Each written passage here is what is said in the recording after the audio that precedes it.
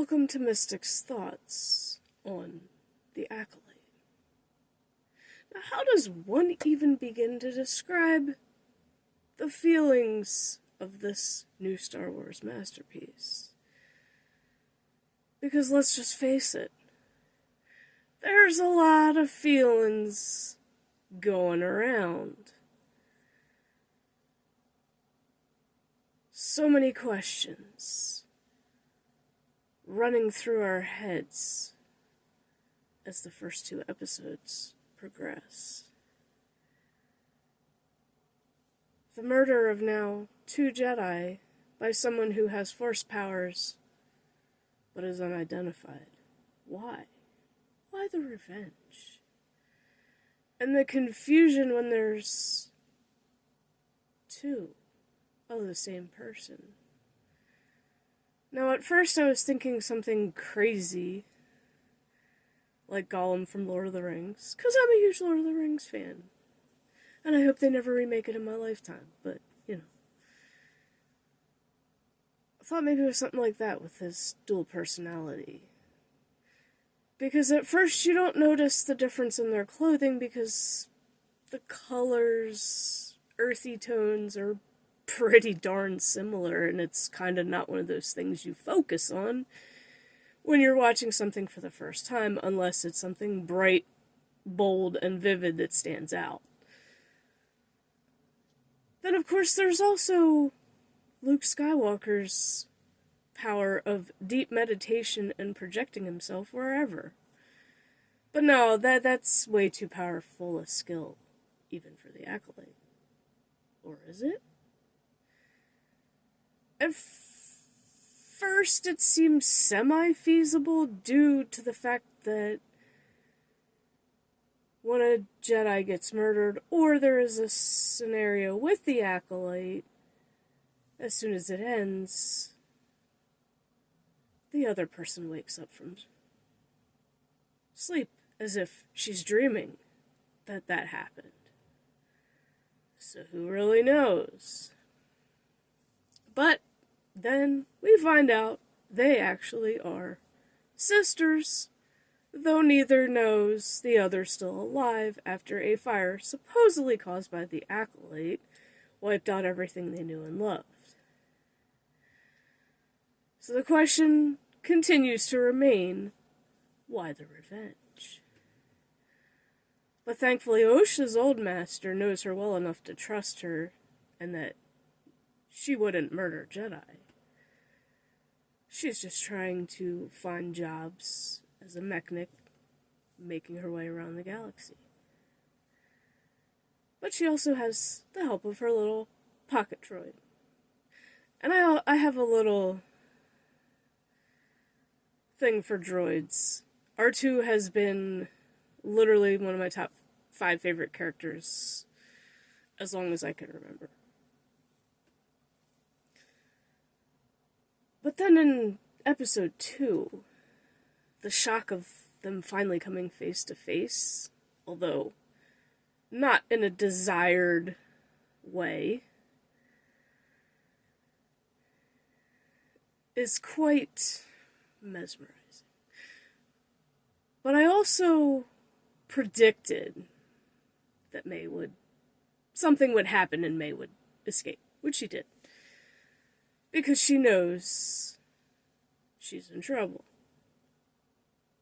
And she still has revenge on Jedi to complete.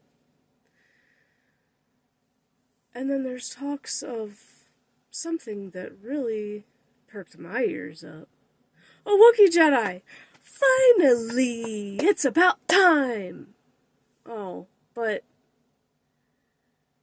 we don't want him to get killed. Wookiees are freaking awesome, man. Just so y'all know, I do have a big-time soft spot for Wookiees. Primarily because of Chewbacca losing Han Solo. Especially after literally everything they've been through together. Chewie wouldn't have been where he was if if it weren't for Han. Neither of them would have ever been where they were because of each other. Like, they are literally brothers from another mother. It is what it is. And then when Book of Boba Fett came out,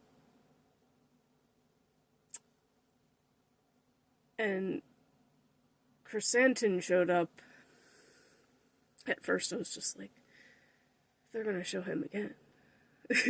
I know it. He's gonna end up working with him. Sure enough, I was right. And I was like, hell yeah. Because even though his personality is quite the opposite of Chewbacca's, like, he's such a badass warrior, you could never see him hugging somebody. Because they always say Wookiee hugs are the best. Well, I'll probably never find that out for real. Granted on Twitter years back, I got a virtual hug from Peter, but that's not the real thing. I want the real thing. Is that too much to ask? Yeah, probably, because I'll probably never ever get to meet any of my celebrity heroes. But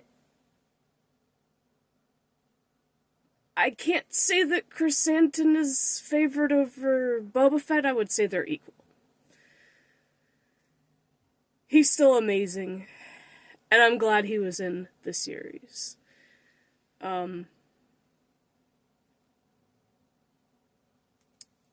But yeah, like, I would love to meet Carrie Jones. I would love to meet, like, a lot of... I have such a big list of celebrity heroes that are Star Wars actors. But due to my financial struggles, it's probably never going to happen, because I can't afford to go to anything. Like, I really can't. And I feel like I'm never going to get out of the debt that I'm in to be able to do that, as much as I want to. I can dream, at least. I'd love to meet Carrie Jones. I'd love to meet Tem. I'd love to meet a lot of them, but... Anyway, I'm hoping this Wookiee Jedi does not meet his end. And also, neither Osha's old master, for that matter. But the first time he showed up in the scene at the very end of episode 2... Please don't get angry. I mean no offense by this. But the first thing that popped into my head was Harry from Harry and the Hendersons. Kind of looks like him. But, you know, that's a classic, great movie. And honestly, I haven't watched it in years. Maybe I should. If I can find it streaming anywhere, I have no clue. But still, all these questions running through our head. Waiting for the next episode. So, how many of them will get answered in episode 3? Only time will tell. Thank y'all for watching.